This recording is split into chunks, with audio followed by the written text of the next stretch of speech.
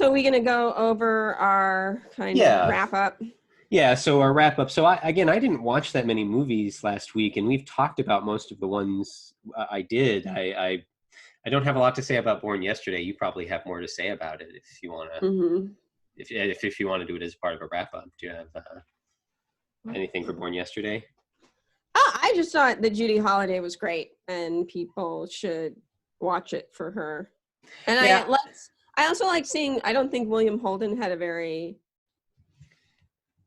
that much to do in that movie, honestly. But I thought it was interesting to see him basically play kind of a geeky yeah. reporter.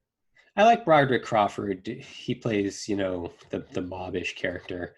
He's not. It's not. Or the He's not the cop. mob. He's Yeah, either a cop or mob. and he's kind of an interesting. He just has an interesting way of talking, so it's interesting to see him. But yeah, Judy Holliday is really the takeaway from that movie, and it's really about her, and it's kind of a yeah, yeah. Not doing it as well as she did it, obviously. But But it's if you're listening to this and you've seen Legally Blonde, it's actually kind of that type of story, not at all that plot or anything, but it's just that kind of character arc, I should say, and it's interesting. I appreciate sort of seeing an earlier version of it, and you just don't get to see that kind of dumb blonde isn't a dumb blonde, is smart, she just hasn't used her brain yet, or something like that. You don't get to see that kind of Eric very often, so that was fun about that. I watched David and Lisa, which is from 1962. It's about two mentally ill people who are at a school that is more suited to taking care of them and providing them. they're um, younger people. They're not. they're younger, yeah, they're teenagers, um, at least the characters, maybe not the actors. And it was interesting to watch. I liked that movie. I don't have a lot to say about it. The filmmaking has some interesting moments of editing and like how it was using zooms and stuff.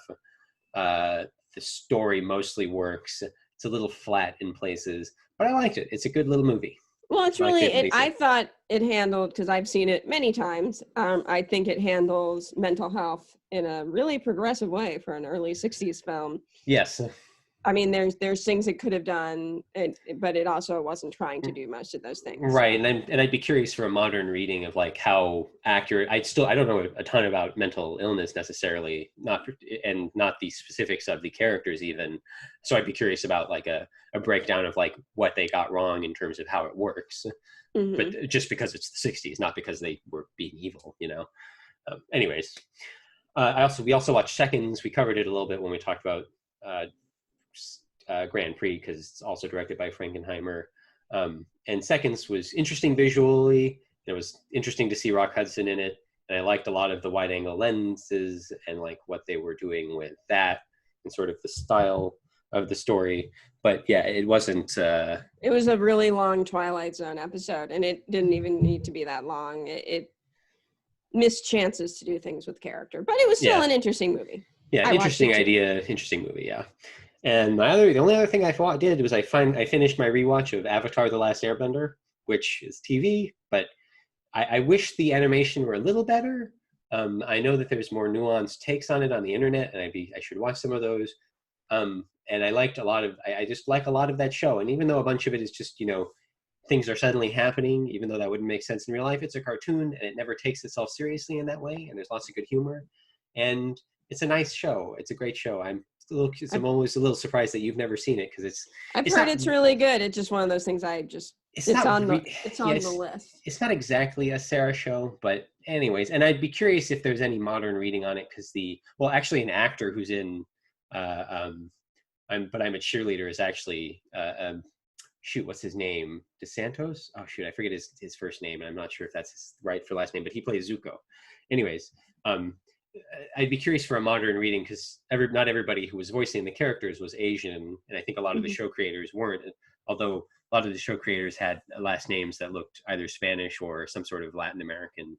So I'm curious just what a modern sort of reading on the series would be. But anyways, that's what I watched. Do you have any other wrap up stuff? Well, I watched movies. Um, Talk about them.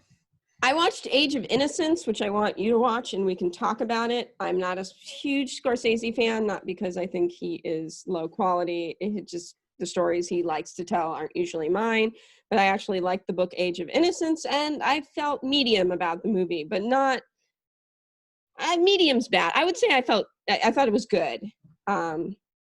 And I'm curious what Theo thinks of it. To recover from the era of repression, I rewatched Room with a View, which I still like. I like Merchant Ivory's stuff. It's a little offbeat, it's a little quirky, it's a little strange, but in a early in a turn of the century British kind of a way, not in like an 80s kind of a way, if you know what I mean. Yeah. Helena Bonham Carter is in it, and I really like her, and she's pretty young in it, and I just think it's kind of fun.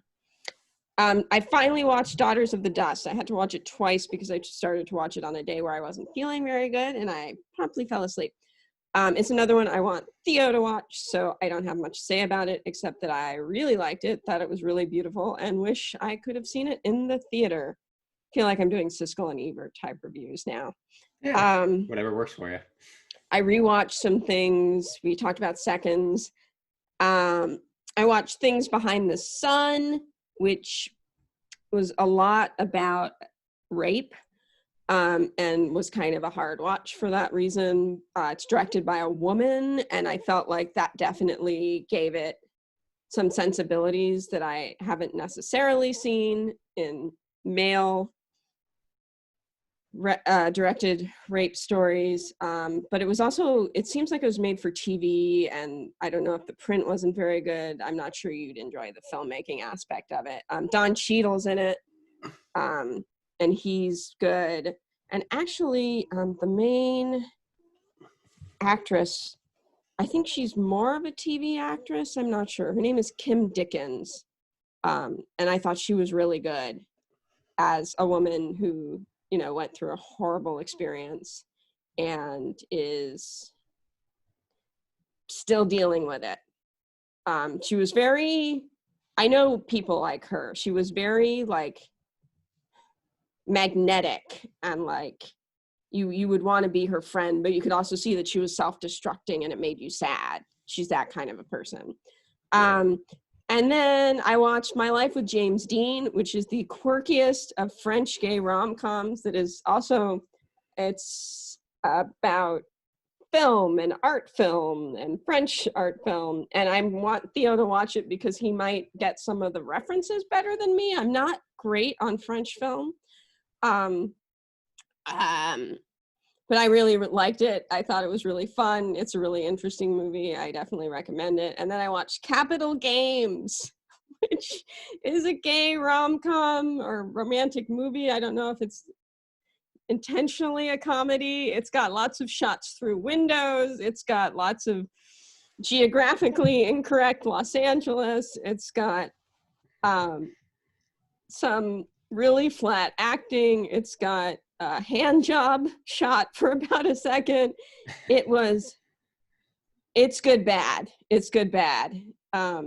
If you want good bad gay love stories, it is just like, it is pretty amazing. And I got that from the website Film Inquiry. There is someone over there. Let me take 2 seconds since I am. You get to take 2 seconds. I've started watching The Mandalorian. I'll report on it when I'm done. It's only 8 episodes and they're not even 40 minutes long, it looks like, for most of the show.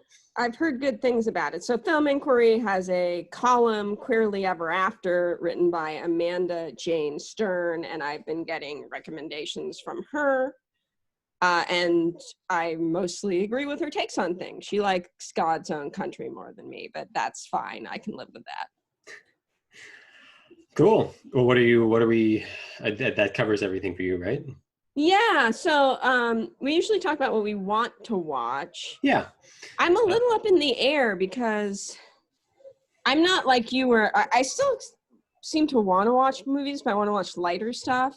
Speaking of Film Inquiry and Queerly Ever After, she has a movie she's recommended called Princess Sid, which is 2 women or younger women together, I believe. That looks kind of interesting. It's more recent. I still want to make sure to watch movies from Black creators, as well as any other more diverse creators. Maybe I'll finally watch School Days by Spike Lee. I still haven't watched any other John Singleton that I've been curious about. I have a few things left on the Leaving Soon list from Criterion that I haven't checked out yet, so those are possibilities. But I'm really pretty open right now. Yeah, I'm definitely taking it easy. My goal had been to just sort of watch as many movies as I could, and now my goal is kind of to watch a movie a day if I'm up for it. I may watch a movie a day, I may not. I'm still, feeling a little burnt out, and I want to relax from that and not just get totally burnt out. But I know the movies that I want to watch are Down in the Delta. That's leaving. That's the one by Maya Angelou, and it's leaving at the end of the month. I know there's one or two other movies I want to watch from the Leaving Now list, which Gloria. Gloria, I want to watch. I want to watch It's a Mad, Mad, Mad World. But maybe we'll watch that with Mom or something on Monday. I think we're doing Blondie at the Follies tomorrow, so we'll watch that. Well, if you're good with moving the time, of course. But anyways, and then you don't need to discuss our schedule on the podcast. Just my brain is a little flat sometimes. And so those are Leaving movies I want to watch. But then there's also The Deer Hunter, which is on the AFI list, and I've just been slowly working my way through that. I always mix that up with Deliverance. I think Deliverance is the harder watch, though. I don't know. I think people hunt in both of them. And so there's that. And then I don't have a ton. I mean, there's some movies on your list to me that I need to watch, or I don't need to watch, but I'd like to watch. And then there's the Western That doesn't sound good for my list for you, does it? Then there's the Western Wars, which I want to watch. We have a few DVDs that are lying around that I've borrowed from various people that I want to watch so I can give back to them, including Musicals from You and Judgment in Nuremberg, which is from... Those are light. I think you should watch some lighter stuff. I think you should watch some of the gay rom-coms on my list. I think you should watch them. I think you should go lighter. Maybe I'll do one of the musicals today. I'll see if Jill's up for that. We have a few plans today, including building a new chair for her stuff, and I'm just feeling very... I know, this is exciting. We have to talk about our real lives to the people. What I'm saying is I'm a little out of it. No one's listening to these podcasts? I can't imagine why. Well, no one's listening because we're not talking about anything new and current. You should watch First Cow so we can watch about a current movie. But anyways, that's it though. I think you should watch lighter stuff and see if that doesn't put you, or just watch different things. I also, nobody cares, but I finished the Broken Earth trilogy, which is books, but it's still a part of culture, and you guys have to hear about it because I'm excited that I finished it. It was dense and I really enjoyed it. And I've been reading it for probably almost a year now because I started last year, and it just takes me forever sometimes to finish things because of life. But I did it. Thank you for that. Now we should go.